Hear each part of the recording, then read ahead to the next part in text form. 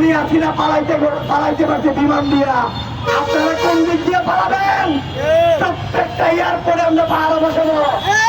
এটা কমিশন গঠন হয়েছে। আমরা শুনতে পাচ্ছি এই বর্তমান সরকার গুম অত্যাচার সহ 20টি অত্যাচার বাতিল করতে চাই। আমরা ধিক্কার অভিযোগ জানাই। একই সাথে বলতে চাই, আপনারা তো গুমের শিকার হয়েছেন বা আগামীতেও হবেন। মনে রাখছেন, খুনি হাসিনা পালাইতে পারছে বিমান দিয়া। আপনারা কোন দিক দিয়ে পালাবেন? প্রত্যেকটা এয়ারপোর্টে আমরা পাহারা বসাবো। আপনারা যতই সুরঙ্গ করেন, এই সুরঙ্গ কিন্তু বাংলাদেশের মানুষ চিনে ফেলাবে। এই সুরঙ্গ কিন্তু এই খেটেখাওয়ার মানুষ, রাজমিস্ত্রি ভাইয়ের আমার শ্রমজীবী মানুষরাই তৈরি করে। যারা এই সুরঙ্গ তৈরি করে তারা কিন্তু সুরঙ্গ ভাঙতেও পারবে। কাজে আমাদেরকে ওই ভয় দেখায় না। আমরা খেয়াল করছি বিভিন্ন জেলায় বিপ্লবীদেরকে বিভিন্ন রকম ট্যাগ দিয়ে অ্যারেস্ট করা হচ্ছে। আমরা দেখেছি বর্তমান সরকারের দায়িত্বরত যে সকল এমপি মন্ত্রীরা আছে তাদের বিরুদ্ধে কথা বললে অ্যারেস্ট করা হয়। যদি তাদের বিরুদ্ধে কথা বললে অ্যারেস্ট করা হয়, তাহলে খুনি হাসিনা সরকার আর আপনার সরকারের মধ্যে পার্থক্য কি? আমরা বলতে চাই, আমরা স্পষ্ট বলতে চাই, মানুষের মৌলিক অধিকার, প্রত্যেকের ন্যায্য দাবি এবং যেটা ন্যায়কে ন্যায়, যেটা সত্যকে সত্য, সেই ব্যাপারে বাংলাদেশের মানুষ কথা বলবে। যদি এতে করে আপনারা আবার বাধা দেওয়ার চেষ্টা করেন, তাহলে আমরা মনে করবো খুনি হাসিনার আমলে আপনারা হাঁটতেছেন। প্রিয় ভাইরা আমার, আমরা দেখি শিক্ষামন্ত্রী বলে, তোমরা আগামী দিনে কার নির্বাচন করতে চাও, কার সাথে নির্বাচন করবা? আরে বেটা, তোকে শিক্ষামন্ত্রী করা হয়েছে সারা বাংলাদেশে যতগুলো অবহেলিত স্কুল কলেজ আছে, বাকি দিয়েছে, সেগুলো উন্নয়ন করা, শিক্ষা ব্যবস্থাকে আরো সুন্দর করা, পরিবারের লোকজনকে বুঝিয়ে আমাদের ভাই বোনদেরকে এসে পাঠশালায় পাঠানো, পাঠশালার জন্য যেখানে যেখানে ভালো মানের প্রফেসর দরকার, যেখানে ভালো মানের স্কুলগুলোতে কলেজগুলোতে ভালো মানের লাইব্রেরি দরকার, সেগুলো করা। এই বেটা, তুই কি শুরু করবি? তুই যা এসে রাজনীতির কথা বলাস?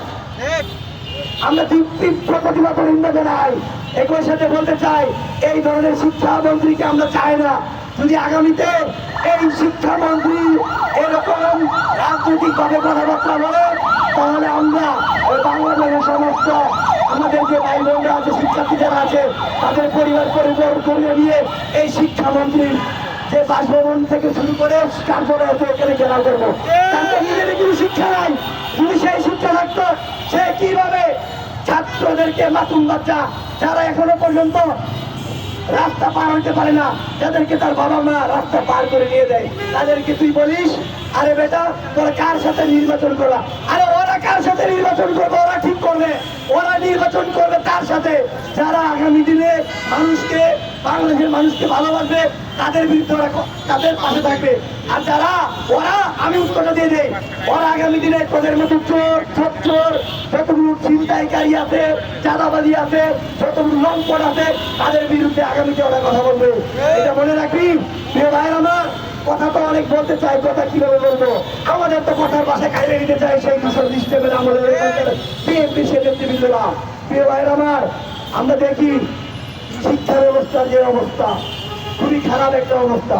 শিক্ষামন্ত্রীকে প্রেক্ষাপট, ভাইয়ের আমার একটা কথা না বললে নয়, বাংলাদেশের মানুষের আবেগের জায়গা ছিল ক্রিকেট, বিসিবি। আমরা দেখেছি সেই বিসিবি থেকে ন্যায় পায়নি তাদের রাজনৈতিক দলের, তাদের সেই আদরের সন্তানরা, যারা কিনা কখনো রাজপথে ছিলই না।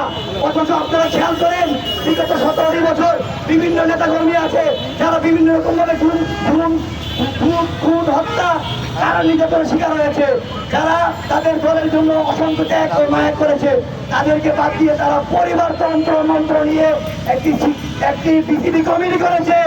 আমরা প্রতিবাদ ও নিন্দা জানাই।